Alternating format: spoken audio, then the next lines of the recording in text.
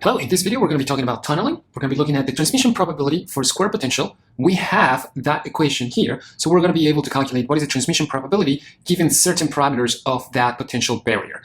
For example, what is the extent of that potential barrier? What is the height of that? And in this case, what you're going to be seeing in this kind of plots is you have the transmission probability that it's a function of the relative energy between the energy of your particle and the potential barrier.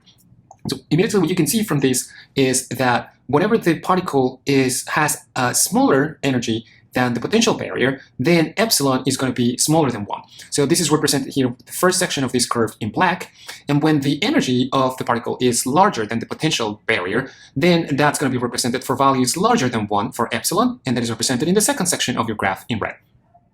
Now, for whenever the particle has a lower energy than the potential barrier, you can see that in general, depending on the conditions of your specific problem, that the transmission probability exists is non-zero. That transmission probability increases as the energy of your particle gets higher, and it goes to values very close to 1.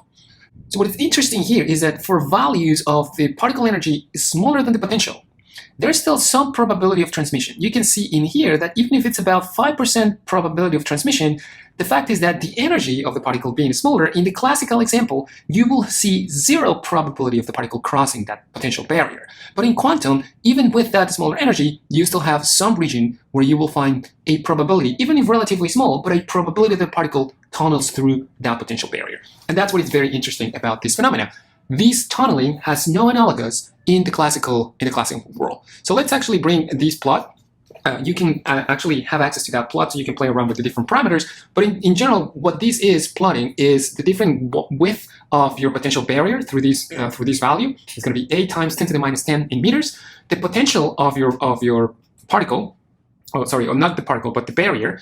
And then here, actually, you can compare different particles. Those particles are going to be an electron, a proton, a neutron, the deuterium atom, and also a muon. Actually, muon is the second particle. For this specific reference value, that includes the width of the potential and the height of the potential. And depending on how large those two values are, which is basically telling you how difficult the particle will have it in order to cross, this is what you are looking with this number. The larger this number is, that means that in general, the parameters, width of your potential, height of your potential are increasingly larger, so you will be expecting that there's a lower probability of the particle to cross or tunnel through that potential barrier. And okay, let's just try that. Let's say, for example, that we change the potential to in such a way that now, look at this reference value, it's becoming smaller. And because it's smaller, now you can see that the probability of your particle has increased. And remember, like, we're plotting here the relative energy of your particle with respect to that of your potential barrier. And for values below 1, that means that the particle always has a smaller energy than the barrier. So it's interesting to see this. If we just move now this potential, look, if this potential is roughly, this reference value is a value of around 4.5, you can see that even for the particle having roughly 80% of the energy of the barrier, you're still going to end up finding about 5% probability of transmission. Now, if you increase that parameter, higher potential, this value becomes larger. Remember, this is kind of a parameter that tells you how hard it's going to be for the particle to tunnel through. If you increase that to a value, let's say around 10, then you will see that effectively now the particle has a lower probability if it has a smaller energy than the barrier to actually go through. Whereas before we had 5% roughly, here now we have something that is closer to 0.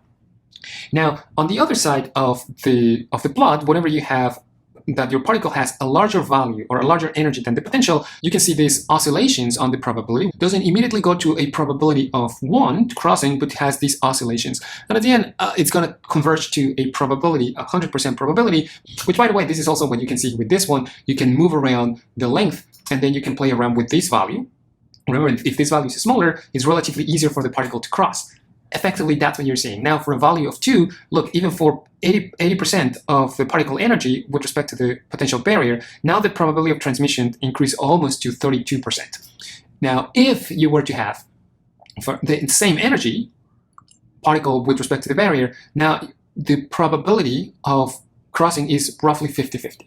But as you increase this parameter to make it harder for the particle to cross, you can immediately see that it went now to about 0.2% for the value of 4. And as you decrease or increase that value, it becomes harder and harder for the particle to tunnel through. Okay, so that's the meaning of this plot. I invite you to play around with that.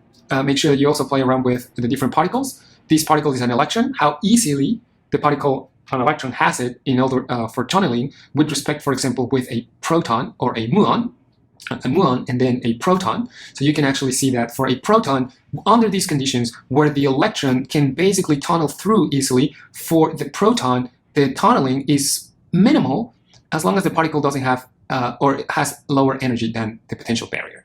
But for the electron, it is relatively easy to go through. Okay. So I invite you to play around with this and let me know if you have any questions. I'll talk to you later.